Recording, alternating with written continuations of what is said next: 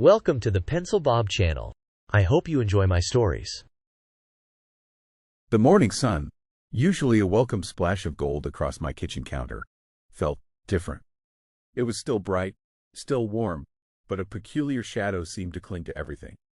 I sipped my coffee, staring out at my perfectly manicured lawn.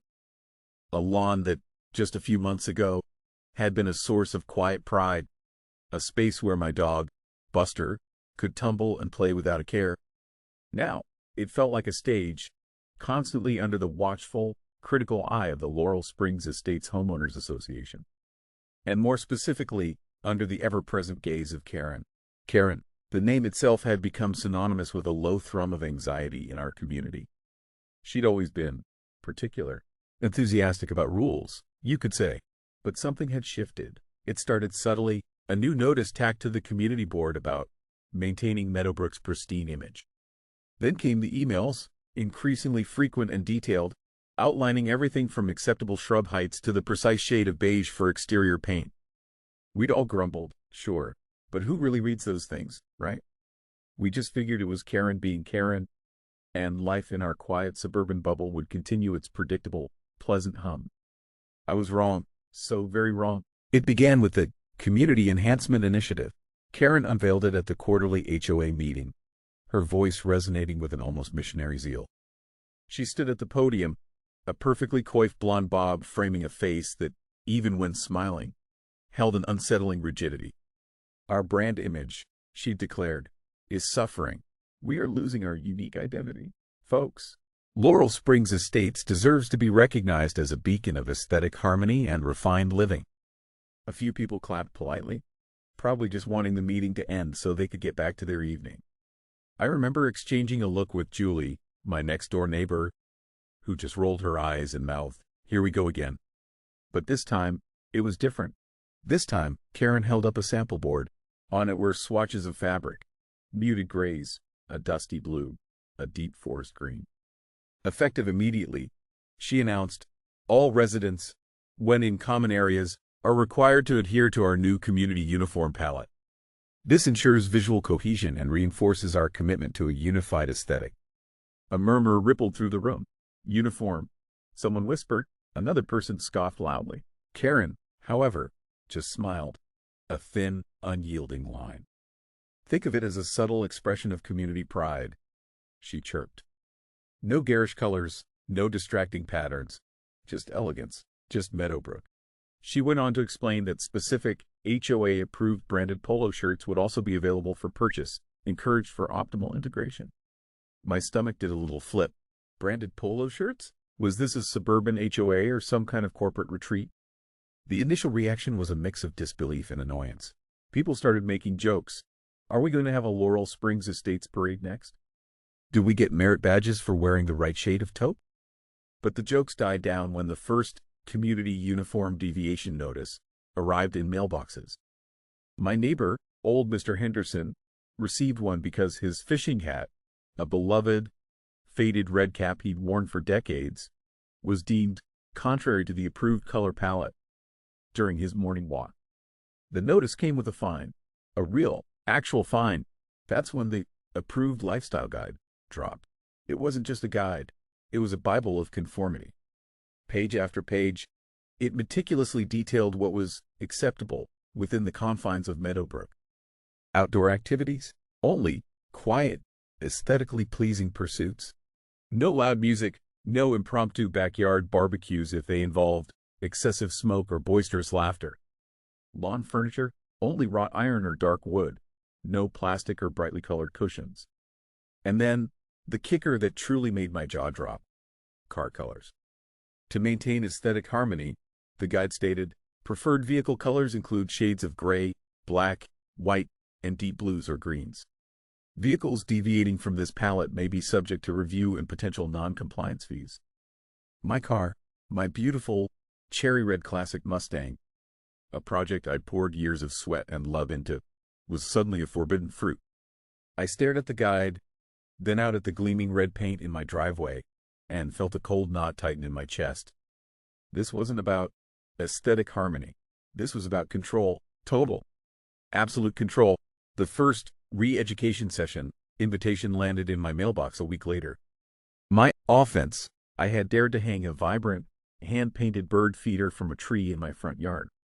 It was a gift from my niece, a riot of blues and yellows, and it brought such cheer.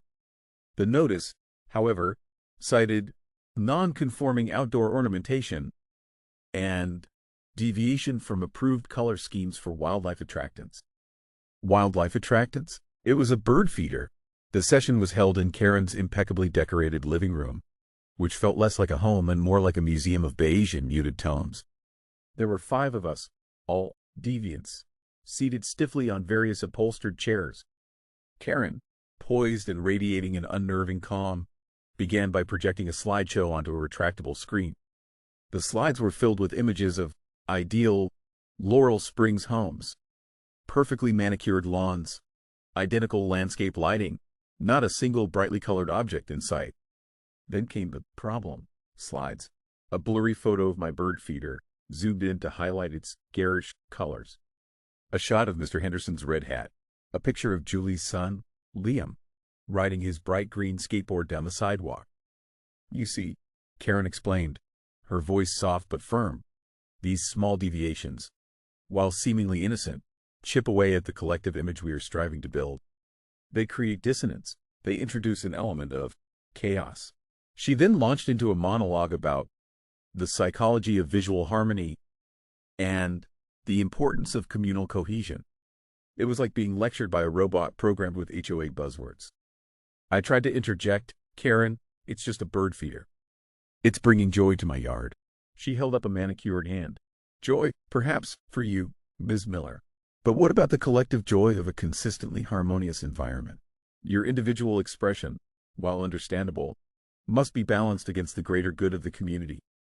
Her eyes, usually darting, seemed to hold mine for a moment, and I saw a flicker of something unsettling. Not malice, exactly, but a deep, unshakable conviction that she was absolutely, unequivocally right, and that any challenge to her authority was simply a misunderstanding on our part. The fines escalated. The social shaming on the HOA's private online forum became a daily spectacle. A resident named David, who had dared to plant a small patch of wildflowers in his front yard, was publicly ridiculed for introducing unapproved biodiversity and undermining the cultivated aesthetic. The forum, once a place for lost cat announcements and recommendations for local plumbers, transformed into a surveillance tool, with residents encouraged, no, practically mandated, to report sightings of non-compliance. My own name appeared there after I walked Buster in a bright orange rain jacket one stormy afternoon. Orange? Really? Someone posted, followed by a string of disapproving emojis. The fear was starting to spread, slowly, insidiously, like a creeping vine. People began to self-regulate. Lawns became even more perfectly manicured. Car colors started to shift towards the approved palette. Even Buster's leash, once a vibrant blue, was replaced with a sedate gray one. It felt like we were all becoming ghosts of our former selves, fading into a monochrome existence dictated by Karen's twisted vision of harmony. One evening, Julie knocked on my door, her face etched with worry. "Did you hear about the surveillance cameras?" she whispered, practically peering over her shoulder. "They're installing them at all the common area entrances. For security, they say. But everyone knows it's for Karen's aesthetic patrols." I felt a chill run down my spine. Security, or just another layer of control, another set of eyes watching our every move, ensuring we conform to her increasingly bizarre edicts. The quiet hum of suburban life had been replaced by a low, constant hum of unease. We were trapped, seemingly, in a perfectly manicured, perfectly boring prison of Karen's making. But how long could we, the residents of Meadowbrook, truly endure this enforced harmony before something finally snapped? The incident with Liam's skateboard escalated things dramatically. Julie was beside herself, her usual easygoing nature replaced by a tightly wound anxiety. Karen had sent a personal letter, not just a notice, detailing Liam's repeated infractions of the approved lifestyle guide. The letter cited excessive noise pollution from recreational devices and damage to community infrastructure. The damage. being a few faint scuff marks on the pristine sidewalk. Liam, a sweet, energetic kid, was utterly bewildered. He just wanted to ride his skateboard. Now, he was being made to feel like a criminal in his own neighborhood. The letter ended with a veiled threat about escalated enforcement actions. And Julie, shaking, whispered to me that she thought Karen meant contacting Child Protective Services. It seemed absurd, but the look on Julie's face told me she genuinely feared it. "This is getting out of control," I muttered, pacing my living room. Buster, sensing my agitation, whined softly at my feet. "It's a skateboard, Julie. A skateboard." "I know," she cried, wringing her hands. "But Karen, she's got something in her eyes now. Like she's on a mission from God. And people are so scared, they just fall in line." She was right. The online forum, once a place for whispers of discontent, was now a chorus of self-congratulatory posts about adhering to the rules. People were practically competing to out-Karen. Someone posted a picture of their newly painted dark gray mailbox, proudly proclaiming, "Achieving optimal aesthetic synergy." I almost threw my phone across the room. My own defiance was becoming more pronounced. The bird feeder stayed. I started taking Buster for walks in bright, clashing colors. A neon green leash one day, a vibrant purple collar the next. It was a small act of rebellion, a way to reclaim some tiny sliver of my identity. But I knew it wouldn't go unnoticed. I was waiting for Karen's next move, a knot of dread and exhilaration twisting in my gut. It came in the form of a knock on my door, not an email, not a letter. It was Karen, standing on my porch, flanked by two burly men I'd never seen before. Both dressed in crisp, dark uniforms that bore a small, embroidered HOA security patch. My heart hammered against my ribs. "Ms. Miller," Karen said, her voice dripping with artificial sweetness, "we need to discuss your persistent non-compliance." Her eyes flickered to the bird feeder, then to Buster's bright blue toy peeking out from under a bush. "My bird feeder is not harming anyone, Karen," I retorted, trying to keep my voice steady. "And my dog's toys are his." "Harm is not always visible, Ms. Miller," she countered, her smile never wavering. "Aesthetic dissonance can be profoundly unsettling to the collective psyche. These gentlemen are here to ensure the swift and orderly removal of all non-conforming elements from your property." My jaw dropped. "You can't be serious. This is my private property." As a resident of Laurel Springs Estates, one of the security men chimed in, his voice flat and devoid of emotion. "You signed an agreement to abide by all HOA bylaws, present and future. Section 4B, subsection 7.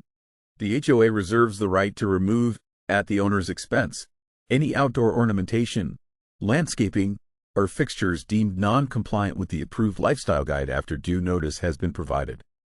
Due notice? The re-education session and the forum shaming were their due notice. I felt a surge of pure fury.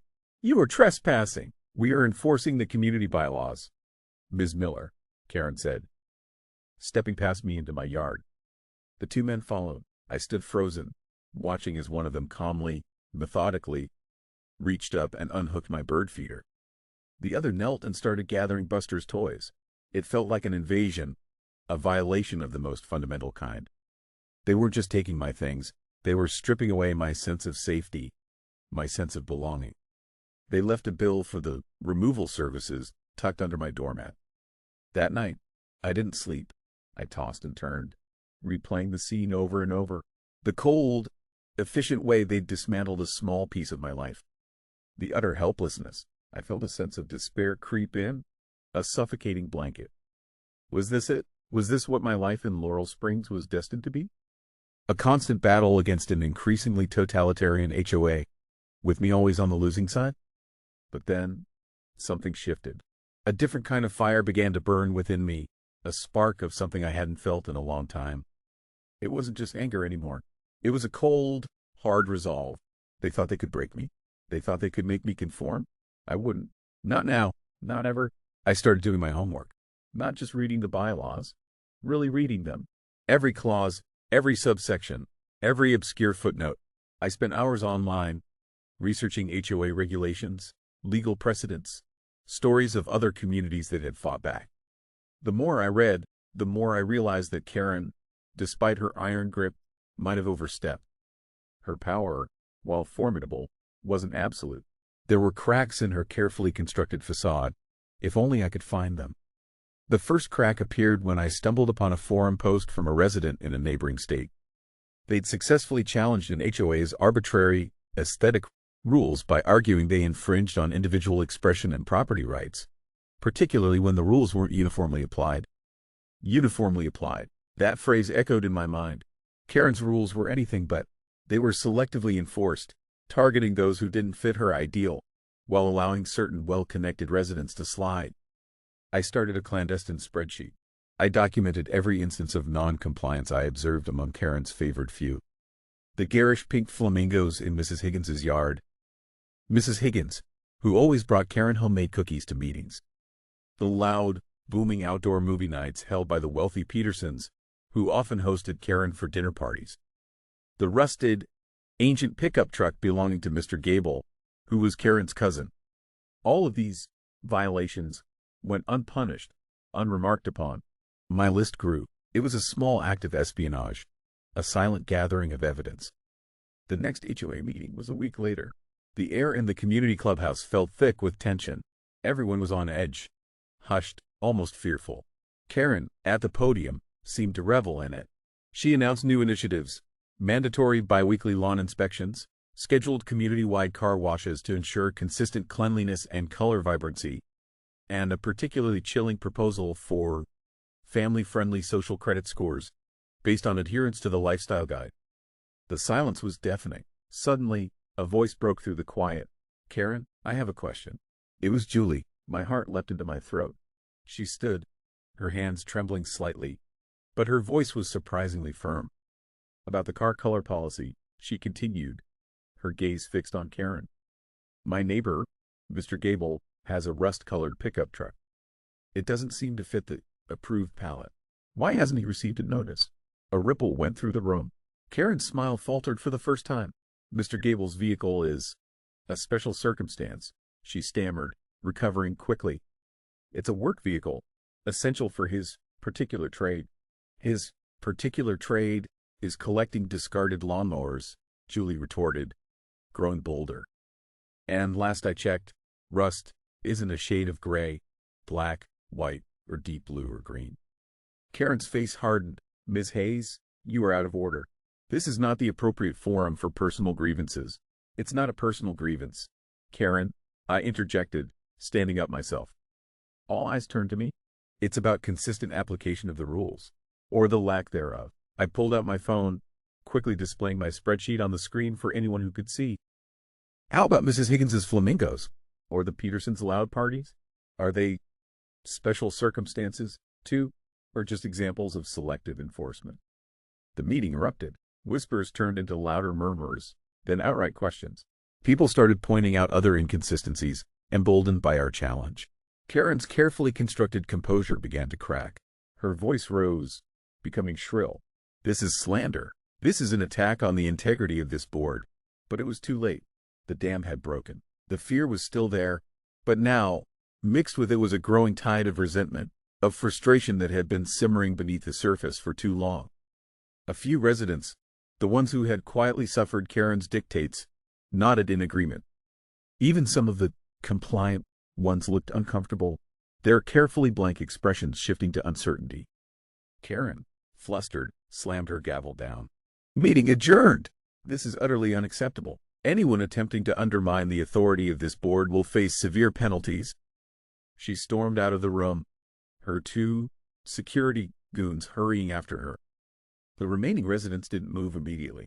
They looked at each other, then at Julie and me, a mix of apprehension and something else, a glimmer of hope. It was a tiny victory, a mere skirmish in a much larger war, but it felt like the first breath of fresh air in a very long time. We had finally shown them that Karen wasn't invincible, but I knew this wouldn't be the end. This was just the beginning of her retaliation, and it would undoubtedly be swift and merciless. What would she do next to crush this budding rebellion? The thought sent a jolt of both terror and grim determination through me. The immediate aftermath of the meeting was an unsettling quiet. It wasn't the peaceful quiet of a suburban evening. It was the tense calm before a storm. Julie and I walked home, her arm linked through mine, both of us buzzing with a nervous energy. We had poked the bear, and now we waited for its roar. We knew it wouldn't be long. Karen was not one to tolerate insubordination, especially not public humiliation. The first volley came subtly. The next morning, my internet mysteriously went out. Not just my house, but Julie's too, and a few others who had vocally supported us at the meeting. The internet provider claimed unforeseen technical difficulties in our specific cul-de-sac.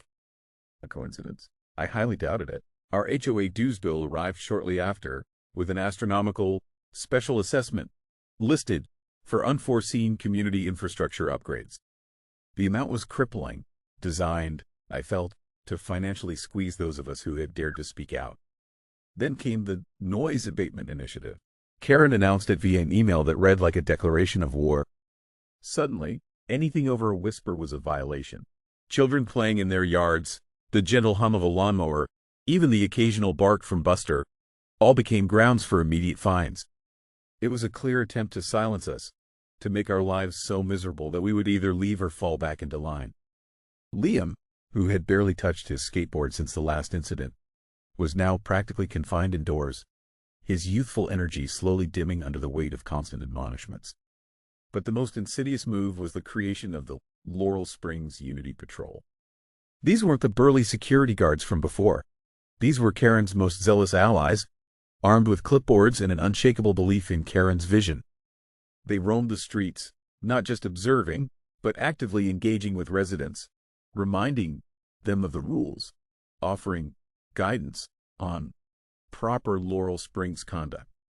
They felt like eyes everywhere, always watching, always judging. It was a tactic designed to sow paranoia and turn neighbors against each other. And for a while, it worked. The community fractured further, suspicion replacing camaraderie. I kept my head down, outwardly conforming to avoid further fines, but my mind was a whirlwind of planning. I knew I couldn't fight Karen on her terms, not directly. She had the board, the bylaws, and a terrifying ability to twist them to her will. I needed a different strategy, something that would hit her where it hurt most, her carefully constructed image of absolute control. My research had uncovered a rarely used clause in our HOA's founding documents, one that allowed for a vote of no confidence in the board if a certain percentage of homeowners signed a petition. It was a long shot, a massive undertaking, requiring widespread support in a community steeped in fear. But it was our only shot. I started quietly. First, I approached the older residents, the ones who remembered Laurel Springs before Karen, who longed for the days of genuine community. Mr. Henderson, still smarting from his red hat fine, was surprisingly receptive. "She's gone too far, young lady," he rasped, his eyes sparkling with a renewed defiance. "This ain't no place for living anymore. It's a sterile prison." Then I approached families with children, whose lives had been most impacted by the approved lifestyle. Julie became my staunchest ally, a whirlwind of quiet determination. She knew the names and stories of every child stifled by Karen's rules. We started meeting in secret, late at night, in the back rooms of local coffee shops outside Meadowbrook, or in the hushed privacy of our own living rooms with curtains drawn tight. We didn't talk on the phone. We used burner phones, paranoia a constant companion. We spoke in hushed tones, meticulously planning our approach, creating a carefully worded petition that focused on accountability and transparency, not just rebellion. The turning point came with the annual community garden expansion project. Karen announced it with much fanfare, painting it as a unifying endeavor. But the details revealed her true intent. The prime plots, traditionally available on a first-come, first-served basis, were now to be allocated based on a resident's demonstrated commitment to Meadowbrook's aesthetic and lifestyle standards. In other words, only her most loyal followers would get them. This was the straw that broke the camel's back for many who had been on the fence. For years, the community garden had been a neutral ground, a place where everyone could find common purpose. Now, even that was being weaponized. That night, something snapped in the community. The fear, for many, was finally eclipsed by indignation. The quiet network Julie and I had built blossomed. People who had been too afraid to speak now cautiously approached us, whispering their frustrations, offering their support. We started collecting signatures. It was slow, agonizing work, fraught with risk. Every knock on a door felt like a gamble. Every hesitant signature felt like a monumental victory. We had to explain the clauses, reassure people about anonymity, and counter the fear that Karen had so effectively instilled. We created a secure online portal, not linked to the HOA's forum, where people could anonymously report violations of Karen's own bylaws, selective enforcement, misuse of funds, lack of transparency in financial dealings. The portal started filling up, a dam slowly breaking. The true extent of Karen's favoritism and questionable financial practices began to emerge. There were discrepancies in the special assessment funds, large sums allocated to vague consulting fees, and security services provided by companies with direct ties to Karen's husband. The picture that emerged was not just of an overzealous HOA president, but of someone using their position for personal gain, disguised under the veil of community harmony. The day we hit the required number of signatures for the vote of no confidence, a wave of adrenaline surged through me. We had done it. We had reached the tipping point. The petition, along with the collected evidence of financial misconduct and selective enforcement, was officially submitted to the HOA board, delivered by a pro bono lawyer Julie and I had managed to secure through a network of disgruntled former Laurel Springs residents. Karen's response was swift and brutal. She called an emergency meeting, bypassing the usual notice period. The agenda was simple: addressing disloyalty and upholding community standards. She positioned it as a witch hunt. The Unity Patrol was out in full force, encouraging residents to attend, subtly intimidating those who seemed hesitant. The community clubhouse was packed, a hanging in the air. Karen, dressed in a severe black suit, stood at the podium, her face a mask of furious determination. Her eyes swept over the crowd, searching for dissenters. When she saw me, her gaze lingered, a promise of retribution in their depths. "Friends, neighbors," she began, her voice dripping with manufactured sincerity, "we stand at a crossroads. There are elements within our community seeking to sow discord, to undermine the very fabric of our harmonious existence." She launched into a scathing attack, painting Julie and me as disruptive forces, agents of chaos, who sought to destroy everything she had worked so hard to build. She dismissed the petition as frivolous and baseless, and the evidence we had gathered as fabricated smears by disgruntled individuals. "These accusations are deeply offensive," she declared, her voice rising, "and designed to destabilize our beautiful Meadowbrook. We must stand united against such insidious attacks." Her loyalists in the front rows applauded on cue. Then, a voice from the back cut through the applause. "What about the missing funds, Karen?" It was a quiet, unassuming man, Mr. Rodriguez, who had lost his garden plot. "The special assessment was for infrastructure, but where's the money really going?" Karen's head snapped towards him. "Mr. Rodriguez, that is confidential financial information." "It's our money, Karen," another voice called out. "We have a right to know." The carefully controlled atmosphere began to fray. More voices joined in, emboldened. The Unity Patrol tried to silence them, but the tide had turned. People were tired of being afraid. They were tired of the fines, the surveillance, the constant control. "And what about selective enforcement?" Julie, standing beside me, stepped forward. Her voice rang out, clear and strong. "Why are some residents exempt from rules that others are fined for? Is it because they're your friends, Karen? Or because they're paying you off?" A gasp went through the room. Karen's face contorted, her composure finally shattering. "How dare you? This is defamation," she shrieked. "You are all in violation of community conduct. You will face consequences." Suddenly, the lawyer we'd hired, Mr. Davies, stepped into the aisle, a stack of folders in his hand. "Ms. Hayes and Ms. Miller are well within their rights, Ms. Peterson," he stated calmly, his voice resonating with legal authority. "And as legal representation for a significant portion of this community, I advise you to cease your threats immediately. We have gathered substantial evidence of malfeasance, including potential embezzlement and gross negligence of fiduciary duty. We have filed formal complaints with the State Attorney General's office and are exploring a class action lawsuit." The words hung in the air like thunder. Embezzlement, class action lawsuit. The loyalists in the front row looked stunned. The Unity Patrol members, who moments before had seemed so imposing, now looked uncertain, their shoulders slumping. "Karen," for the first time, looked utterly, completely defeated. Her face was ashen. "This is impossible," she whispered, her voice barely audible.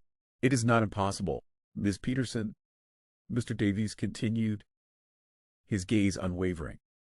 "It is the consequence of your actions. The community has spoken, and they are demanding accountability." And then a collective cheer erupted.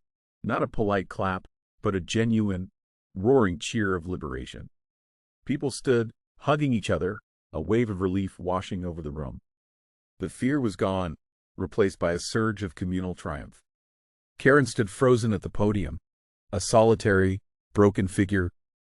Her reign of terror brought crashing down not by force, but by the quiet, persistent will of the people she had tried to control. The Laurel Springs Estates Homeowners Association, as Karen had shaped it, was finished. Its leaders, exposed and humiliated, would face the full force of the law. There would be no easy path forward, no simple return to the way things were. The wounds would take time to heal, the divisions time to mend. But the shackles of enforced conformity had been shattered, and the residents of Meadowbrook, battered but unbowed, had reclaimed their homes, their lives, and their freedom. It wasn't a happy ending in the traditional sense, for the scars of the past would undoubtedly remain, but it was an ending where justice, however messy, had prevailed. Seriously, who in their right mind signs up for an HOA that can dictate your car color? That's just asking for trouble, honestly. Like, I get wanting a nice-looking neighborhood, but there's a line, and Karen probably tap danced right over it with hobnail boots. The whole community uniform thing, pure cult vibes, and the re-education sessions, that's not an HOA, that's a small-town dictatorship in beige. The protagonist taking forever to actually do something is frustrating, but understandable given how quickly these power-tripping HOAs can make people scared. It highlights a real problem with these organizations when they get out of control. It's a miracle anyone had the guts to stand up, especially with those Unity Patrol goons running around like mini-fascists. I hope Karen gets hit with every single charge. This kind of crap needs to be a wake-up call for anyone living under an overly zealous HOA. Get out, or fight back early. Waiting just lets them tighten the noose. The car color thing absolutely floored me. My classic Mustang? Forbidden? Karen is on a whole other level of insane. This isn't about property values. It's about a lonely woman with a power trip the size of Texas. And her little Unity Patrol supporters. They're just spineless sycophants who probably enjoy feeling like they're part of something, even if that something is pure, unadulterated tyranny. The fact that the story shows how quickly fear can spread and paralyze a community is chillingly accurate. It's not just about rules. It's about breaking people's spirit and forcing them to conform to someone else's miserable vision of harmony. Good on the protagonist for finally digging into those bylaws. That's how you actually fight these battles. Not by screaming, but by finding the legal loopholes they inevitably leave open in their rush to control everything. This story is a grim reminder of what happens when minor annoyances snowball into outright oppression. This story confirms every fear I have about HOAs. The way Karen used her position to implement truly absurd rules, then enforce them with fines, social shaming, and even home invasions for a bird feeder, is beyond outrageous. The Unity Patrol and the idea of family-friendly social credit scores are just straight-up cult behavior, designed to break spirits and create absolute conformity. It's a chilling example of how easily a small amount of power can corrupt, and how quickly people can become complicit through fear. The selective enforcement against the protagonist while Karen's friends and family got a pass is the ultimate hypocrisy, revealing her true motivations. This wasn't about harmony, it was about control and personal gain. The protagonist taking a long time to act is a realistic portrayal of how overwhelming such situations can be, but the eventual fight and the exposure of the financial dirt are incredibly satisfying. It's a powerful reminder that even seemingly small acts of defiance can ignite a revolution when people are pushed too far.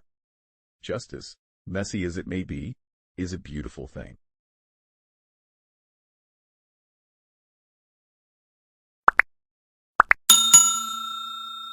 I would like to thank you for watching the video to the end. To encourage us to make more videos, please like, subscribe, comment, as well as share. Check out this other video if you haven't already.